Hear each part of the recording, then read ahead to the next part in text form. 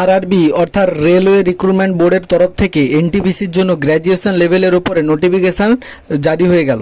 তো সেটার জন্য কি করতে হবে, প্রথমে নোটিফিকেশানটা দেখার জন্য আপনাদের মোবাইল বা কম্পিউটার স্ক্রিনে এসে আরআরবি কলকাতা লিখে সার্চ করলে প্রথম যে ওয়েবসাইটটা দেখা যাবে ওটাতে ক্লিক করতে হবে। ক্লিক করার পর কিছুক্ষণ অপেক্ষা করলে আমাদের সামনে একটা পেজ খুলে যাচ্ছে। অর্থাৎ এই যে প্রথম যে দেখতে যে CEN05/2024 এই যে ক্লিক হেয়ার, এইখানে ক্লিক করতে হবে।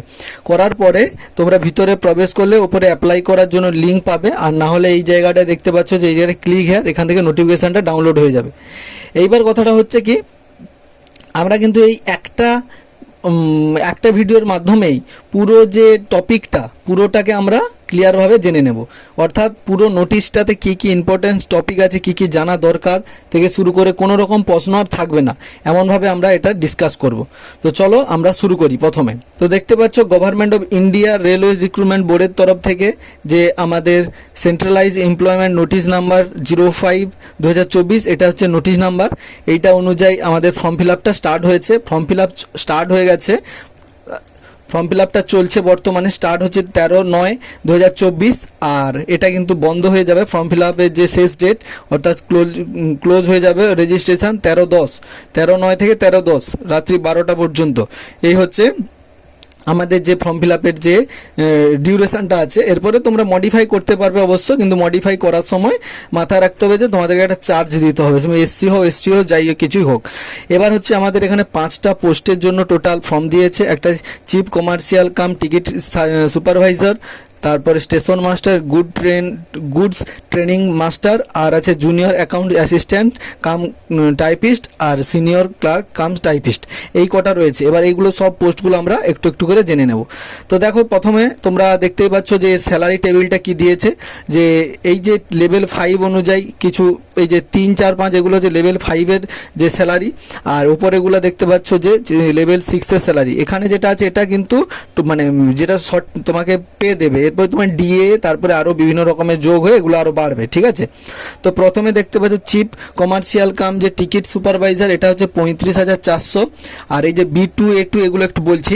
স্টেশন মাস্টারের ক্ষেত্রে একই রকম 35,400। Goods training manager 29,200। Junior account assistant এটা 29,200। তারপরে সিনিয়র ক্লার্ক কাম টাইপিস্ট 29,200।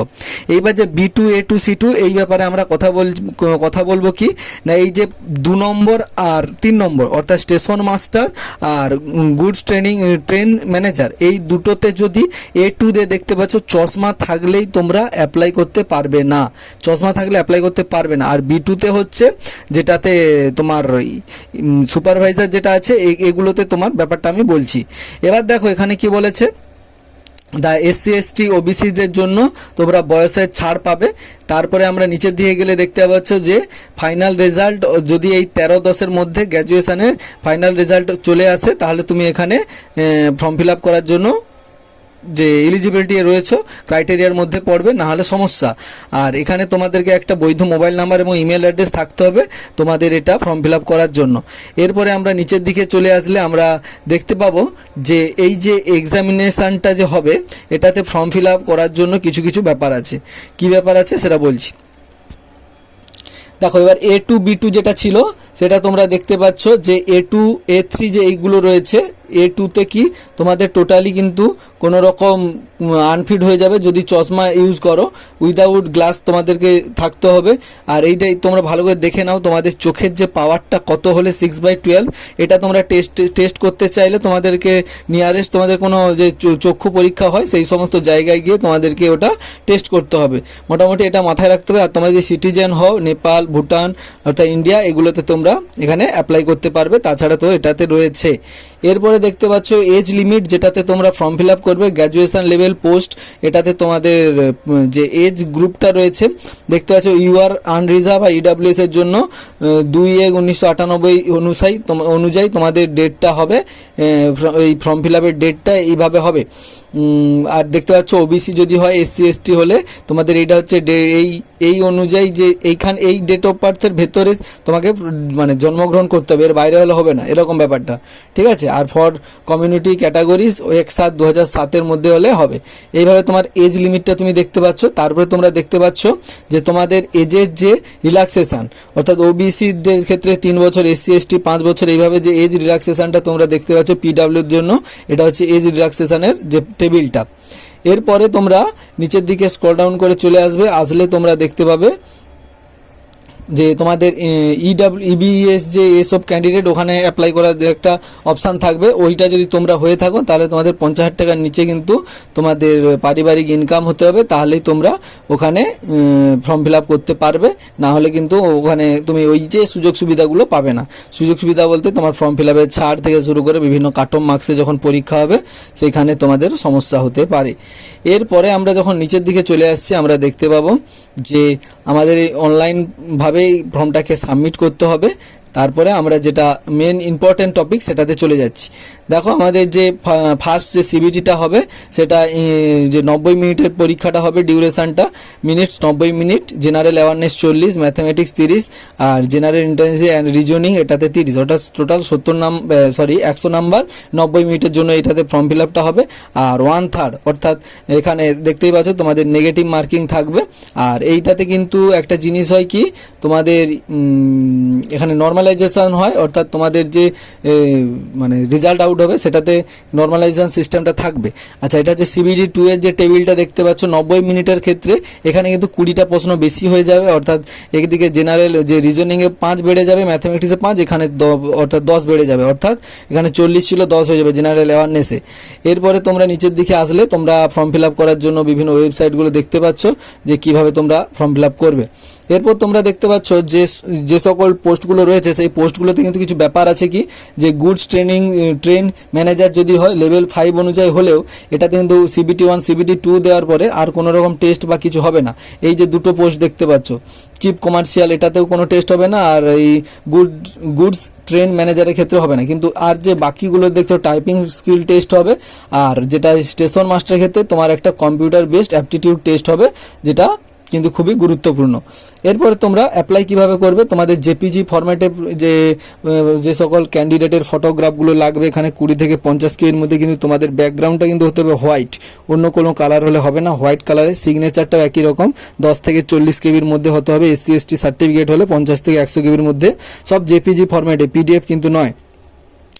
এবার তোমরা নিচের দিকে স্ক্রল ডাউন করে চলে আসলে তোমাদের পুরো ফর্ম ফিল আপের প্রসেসটা আমি আরেকটা ভিডিওর মাধ্যমে দেওয়ার চেষ্টা করব। এবার এইখানে একটা ব্যাপার আছে কি, তোমাদের যে ফর্ম ফিল আপে যে ফর্ম ফিল আপের চার্জের একটা ব্যাপার আছে। যদি তোমরা এই জেনারেল ক্যাটাগরি থেকে হও তাহলে তোমাদের ফর্ম ফিল আপের চার্জ হচ্ছে 500 টাকা। সেই 500 টাকার মধ্যে তোমরা আবার ফেরত পেয়ে যাবে 400 টাকা এবং 100 টাকা তোমরা পরীক্ষা দিতে গেলে কিন্তু ফেরত হবে, নাহলে হবে না। আর যদি জেনারেল ক্যাটাগরি থেকে না হয়ে এসসি এসটি বা ওবিসি এগুলো থেকে হও তাহলে ও ক্ষেত্রে তোমাদের নিচ্ছে কিন্তু 250 টাকা, ওটা আবার তোমরা ফেরত হয়ে যাবে তোমাদের। এইবার একটা ব্যাপার হচ্ছে তোমাদের এইবারে যে ফর্ম ফিল আপটা হচ্ছে এটা কিন্তু সব প্রায় অনেক পরীক্ষাতেও রয়েছে, পুলিশেরও থাকে। অর্থাৎ তোমরা যদি ক্যান্ডিডেট একটার বেশি অন্য কোনোতে অ্যাপ্লাই করো তাহলে একটা জনের বেশি, তাহলে কিন্তু সমস্যা হবে। আর একটা ব্যাপার আছে কি, যে এইবার যে নতুন সিস্টেমটা করেছে কি বলতো, যে তোমাদের যদি কোনো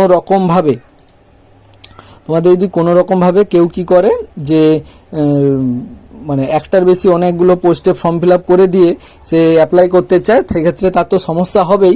কিন্তু যদি তুমি এসসি বা এসটি থেকে প্রিলিমিনারিটা ক্লিয়ার করো, অর্থাৎ এসসির কাটঅফে যদি তুমি প্রিলিমিনারি ক্লিয়ার করো, তুমি কিন্তু জেনারেলের সঙ্গে আর লড়তে পারবে না। তোমাকে ওই এসসির কাটঅফে অনুযায়ী এসসির যে কাটঅফ উঠবে সেটার থেকে এসসিতে যত সিট আছে সেই সিটের জন্য তোমাকে লড়াই করতে হবে। অর্থাৎ তোমাকে প্রিলিমিনারি কিন্তু জেনারেলিভাবে পাস করার একটা টার্গেট রাখতে হবে, না হলে সমস্যা হবে।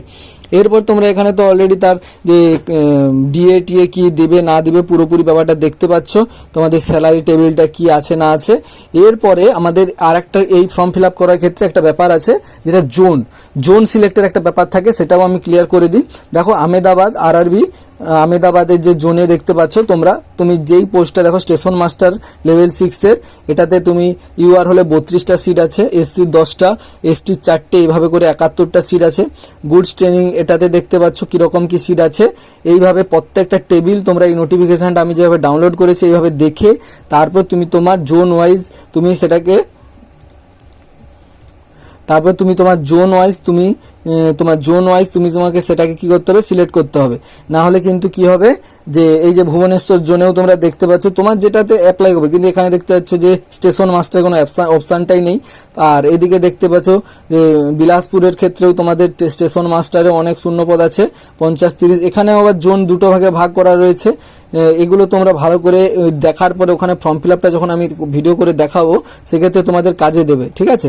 আর না হলে কিন্তু সমস্যার সম্মুখীন হতে পারো। এই ফর্মটা অবশ্যই ডাউনলোড করে নিয়ে পুরোপুরি ব্যাপারটা দেখবে। আর এইগুলো সবের মধ্যে থেকে কলকাতার কিন্তু ভ্যাকেন্সিটা বেশি আছে, ঠিক আছে। কলকাতার ক্ষেত্রে ভ্যাকেন্সিটা বেশি আছে, তো সেই ক্ষেত্রে কলকাতাতে কিন্তু একটু বেশি পরিমাণে অ্যাপ্লাইটা হবে। তোমরা দেখতে পাচ্ছ কলকাতার ভ্যাকেন্সিটা অত্যাধিক 1382টা অলরেডি এই কলকাতার যে জোনটা রয়েছে আরআরবি কলকাতা, এই জোনে কিন্তু এতগুলো শূন্যপদ রয়েছে বর্তমানে।